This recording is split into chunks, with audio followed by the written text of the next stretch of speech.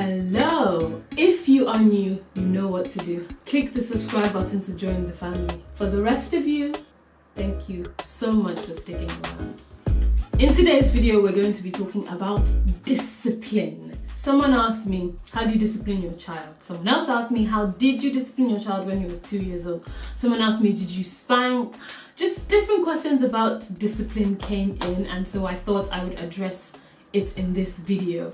I've made this video kind of center around the questions that I got, and I hope that at the end of this video I would have answered some of your questions. There are some questions that I cannot fit into like a topic, so that's going to be my next Q&A video. I'll be answering those questions, just basically like regular Q&As, reading the questions and answering them on this platform. But for now, let's talk about discipline. There are a few things to think about. Before you even go further, there are some things to think about, some things I had to think about. And the first thing for me was, what's the aim? Why discipline? Why do we need to discipline our children? Discipline is basically to help your child develop self-control. If we were just left to go with our natural impulses, however we felt, the world would be a crazy place. So what discipline does is it helps to develop that self-control. I mean, we all have self-control, but you have to develop it. It doesn't come naturally to everybody. Everybody's not just born, oh, I can control myself. It's the different experiences in life that help you develop self-control.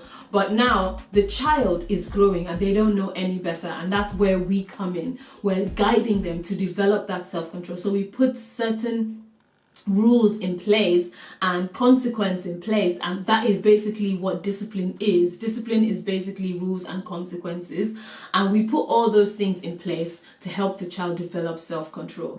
Our ultimate goal is for the child to still do the right thing, whether the discipline is in place or not. To want to do the right thing is our ultimate goal. Our ultimate goal is to get them to the place where they're controlling themselves, not because there is punishment, but because they have come to understand that is the right thing to do. However, at a preschooler age, they don't really understand that concept.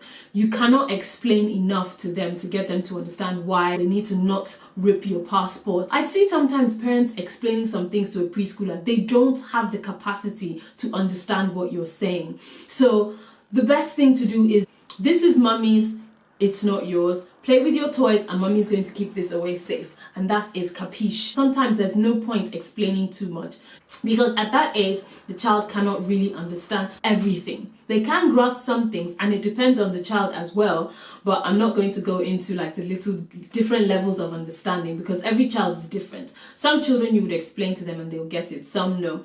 But as they grow older, they begin to understand a lot more, and so that's where you can explain. Basically, the point of discipline is to help the child develop self-control. The next thing is, there must be consequence consistently. If they get away with misbehaving more than there's consequence for the negative behavior, that behavior is not going to change. So it has to be consistent. Yes, life happens. Yes, life is hard. Yes, sometimes it's difficult to discipline on the spot. But just remember, if they get away with it more times and there's consequence for it, that behavior is not going to change. They need to be able to associate that negative behavior with consequence for them to develop that self-control. And then the third thing to think about is discussing with your partner.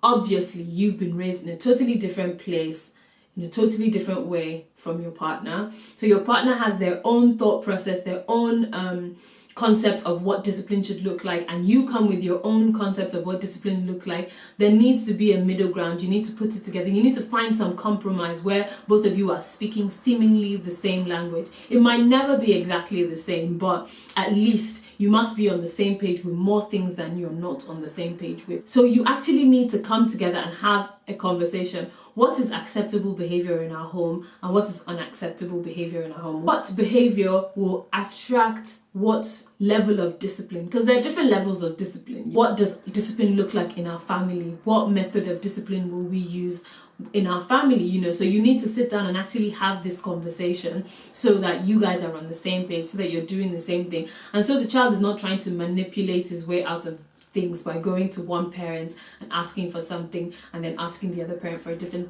thing, because both parents are not on the same page. When having these conversations, try as much as possible to have it when the child is absent. Whatever you're discussing, you never know what the child is absorbing, what they're taking in and internalizing. So when you're having that conversation, have it in the child's absence. Okay, so now that I've left all those here, I'm going to talk about my own family. Our method has always really been to take away the things that he enjoys doing. We cancel outings when he's in trouble. We cancel play dates when he's in trouble. We ground him, so no television, no iPad. If he chooses to misbehave, it's a choice because he's old enough now to know what he should and what he shouldn't do. And if he does misbehave, there are consequences. Sometimes I let him off. I agree, I am the softer parent. I wear the hat. Not proudly all the time, but I wear the hat. I am the softer parent. I am the goofy parent. I am the playful one. My husband is more of the disciplinarian, but I try to make sure that I'm on the same level with him when it comes to discipline, so that my son doesn't feel like he can get away with things when he comes to me. So sometimes, even when I don't agree with the discipline, I just sit down and I keep quiet because I don't want to send a wrong signal that both of us are not working together. I try my best. So yeah, that's how I discipline. Let's see what other questions were asked. I wasn't spanked when I was growing up, so I didn't really spank my child.